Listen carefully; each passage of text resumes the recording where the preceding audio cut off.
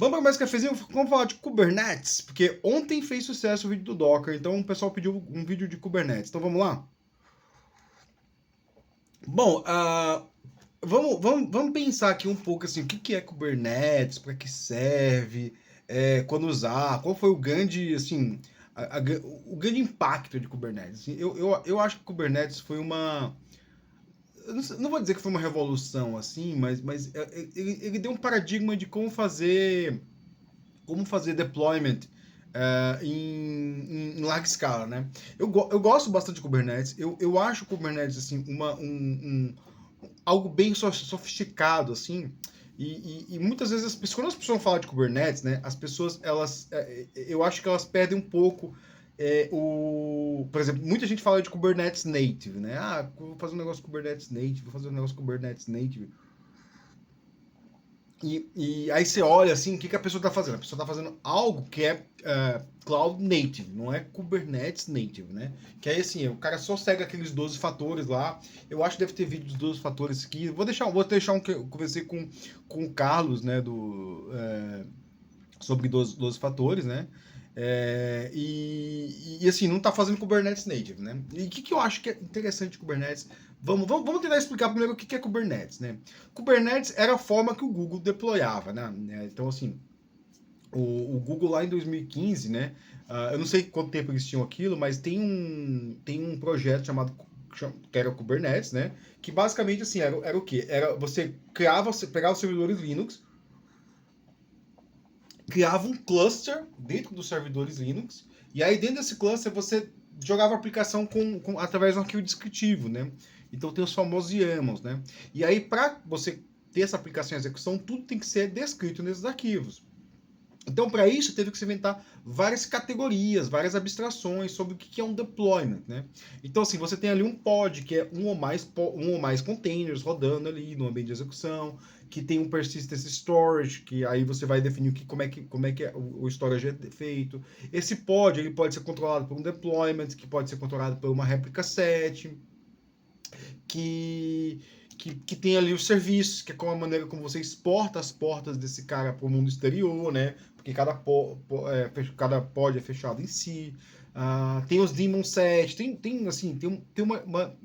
uma quantidade de serviços, de abstrações, né, ali. Então, vamos chamar assim, são abstrações, tem uma quantidade de abstrações gigantesca. Aí já vai a galera que não gosta de abstrações, não pode criar abstração. Tá bom, amigo, então vai, cria teu servidor na mão lá, fica gerenciando teu processo, porque assim, quando você cria as abstrações, isso eu vou falar, aí eu vou falar como eu gosto de definir Kubernetes Native, né? Quando você cria uma abstração dessa, você consegue criar, você consegue que o Kubernetes gerencie ela, né? Então, assim, o Kubernetes ele tem alguns operators ali, que, por exemplo, o operator Kubernetes internamente, né, o Kubelet, quando ele vê que, eu tenho aqui um deployment aqui que quer que tenha 3 réplicas desse pod, né? Aí vamos dizer que o pod, ele tá ali tem um container ali dentro, né? Tem alguns containers, né? Então, quando o health check morre ali, tipo, para de funcionar, o que o Kubernetes faz? Ele mata aquele pod, ele joga fora e ele cria um novo pod, né? E aí sim, você lembra que eu falei que é em cluster, né? Então, uma das coisas que acontece com o Kubernetes é que você não sabe onde ele roda. Você não sabe qual máquina está rodando o. Se você tem um cluster ali grande, você até pode fazer, descobrir qual está rodando, mas assim, não importa qual máquina está rodando. Até assim, importa no caso de que você queira que ela rode perto de não sei o quê. Então, assim, quando a gente trabalha com Kafka, eu estava até configurando esses dias a anti-afinidade dos Kubernetes, né? Dos pods, dos nossos. Porque, assim, se eu tenho assim, eu não configurei para ter assim, né? Pode ser que tenha tudo da mesma máquina, né? Eu só botei no Helm chart lá, se a pessoa quiser o anti-afinidade, ela vai ter, né? E se a pessoa quer que cada instância rode um nó diferente, um nó do cluster diferente, a pessoa pode tanto definir a afinidade, né? A gente tem isso, né? A gente fala assim, não, os nossos Kafkas só vão rodar em tais nós, né, do cluster, e os streams só vão rodar em tais... Você pode fazer isso, pode fazer tudo. Kubernetes, assim, ele é bem abrangente, né?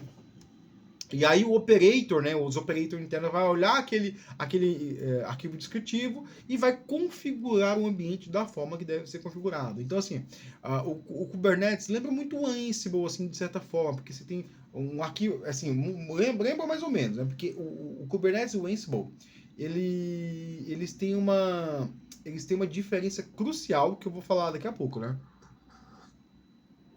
Porque assim, é como se o operator estivesse seguindo ali um roteiro. Não, eu tenho que fazer isso, eu tenho que fazer isso, eu tenho que fazer isso, tudo pelos arquivos descritivos, né?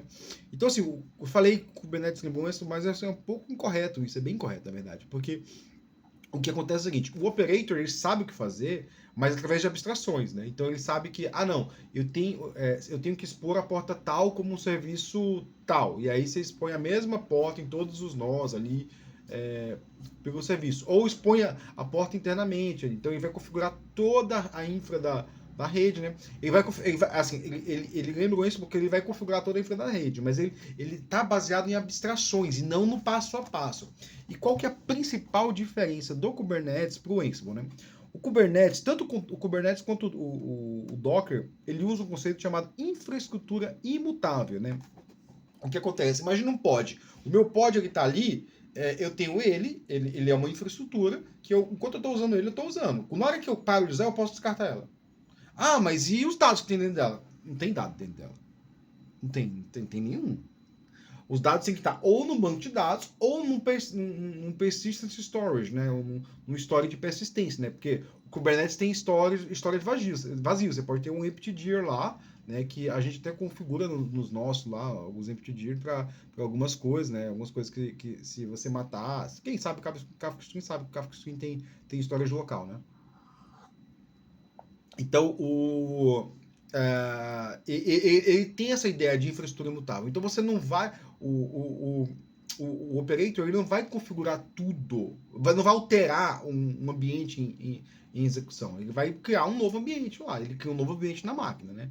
Então, toda vez que eu faço um deployment ali, ou mudo alguma coisa, ele vai pegar aquela infraestrutura velha, ele não vai jogar fora assim do nada, ele vai fazer. Ele vai subir uma infraestrutura nova, né? Se eu lançar um pod novo, de um deploy, se eu mudar o deployment, o que o deployment vai fazer?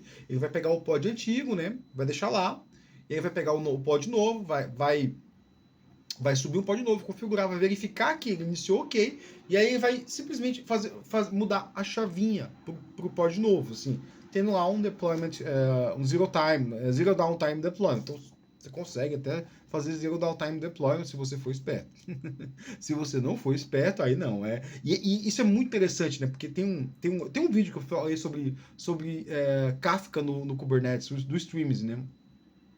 Que é muito legal você ver, assim, eu já vi isso em produção, né? O cara tinha lá 6 nós de Kafka liderados por streamer e fala, muda tal configuração. Aí o cara mudou tal configuração, e aí o que o streamer faz, né? Ele vai lá, ele mata um pod de Kafka e sobe com a configuração nova. Depois ele mata outro, sobe, e aí vai fazendo um a um. Então, uma atualização dessa aí, eu lembro que demorou, tipo, 10 minutinhos pra rodar tudo bem e zero downtime. Tipo, não teve tempo de... Não teve nada, o sistema não caiu, não. Ele ficou ok. E era mudar uma configuraçãozinha boba lá, eu acho que era o tempo de persistência dos tópicos, né, padrão. Então, foi uma coisa boba, né, assim, boba. Não, minto, eu acho que era o background threads. Eu tava alterando o background threads, porque acontecia, né? O cara tinha lá o cara tinha um cluster Kafka, e ele tava falando assim, pô, quando ele baixou o cluster, subiu tudo de novo, né? E aí realmente demorou pra caramba. Só que ele percebeu que demorava demais para subir, né? E aí eu falei, não, vamos aumentar o background threads O background threads é aquilo que faz o carregamento de algumas coisas de background do Kafka, né?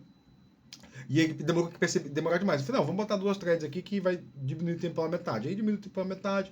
O cara viu que foi lindo, assim, baixou e subiu de maneira linda. Foi uma coisa maravilhosa, né? Então o Kubernetes tem essas coisas. E aí eu fiquei falando, o que é Kubernetes Native? Que eu acho, né? Assim, tipo, Kubernetes, eu nunca vi uma definição formal de Kubernetes Native. O que é isso, Kubernetes Native? Tem de Cloud Native. Cloud Native é quando você está rodando na nuvem. Eu acho que quando você cria os seus É quando você pensa no operator e no seu recurso Kubernetes, né? O Kubernetes você pode criar um recurso, né? Então, por exemplo, lá, eu tenho meu servidor Postgres. Aí você fala, tá bom, como é que você configurou o Postgres? Não, eu peguei, eu defini, você criou o deployment, fez tudo na mão. Tá, beleza, fiz tudo na mão, legal, né? Mas existem maneiras melhores de fazer isso? Tem. Você pode definir, tipo, o recurso Postgres. O Streams faz isso, né? Eu vou deixar o vídeo do Streams aqui. Aí você configura o recurso do Postgres, sei lá, e toda vez que você sobe aquilo, você vai subir aquilo. Você vai só definir o Postgres, você não vai definir como ele é feito em vários planos. Então você acaba não se preocupando com várias outras coisas. Então, assim, o Kubernetes Native, para mim, é quando a gente começa a falar de recurso como um dos elementos, né?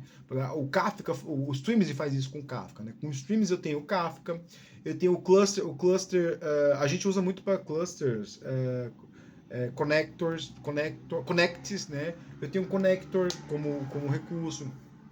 E aí você não fica gerenciando ali os deployments, você não fica gerenciando as portas, você só gerencia o que você tem ali, né? Você gerencia, eu quero um connect, você eleva o nível da discussão, né? Assim, eu não pergunto quantos eu não pergunto quantas instâncias tem meu deployment de connect, eu pergunto assim, quantas réplicas tem meu connect.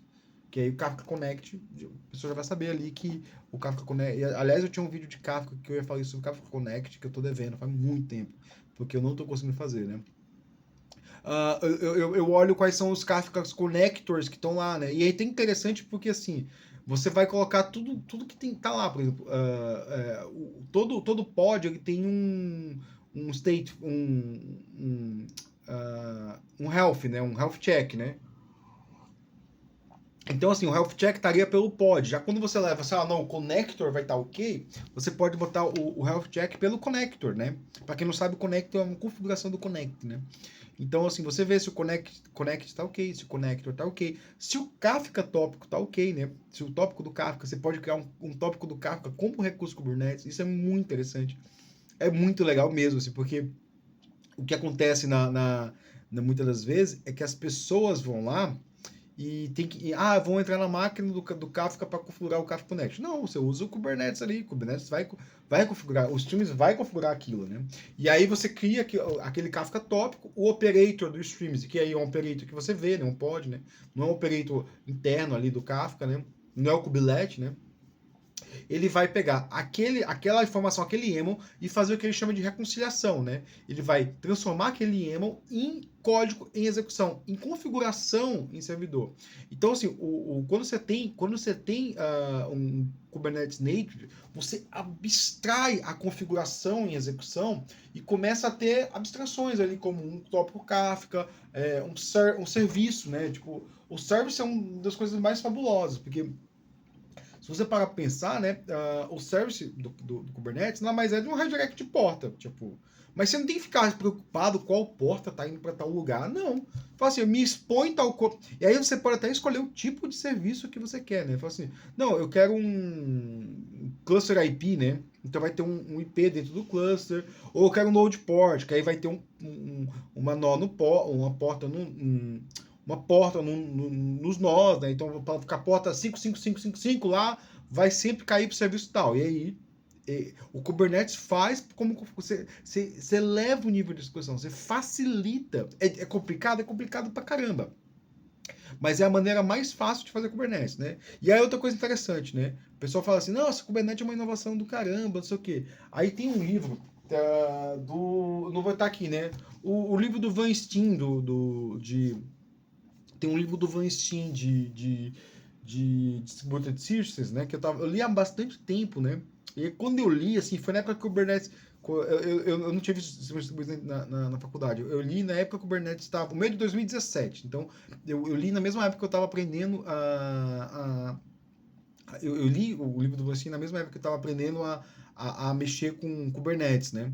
E aí, quando eu fui ler, assim, eu comecei a perceber que o planeta tem uma descrição lá de um artigo chamado Planeta VM, né?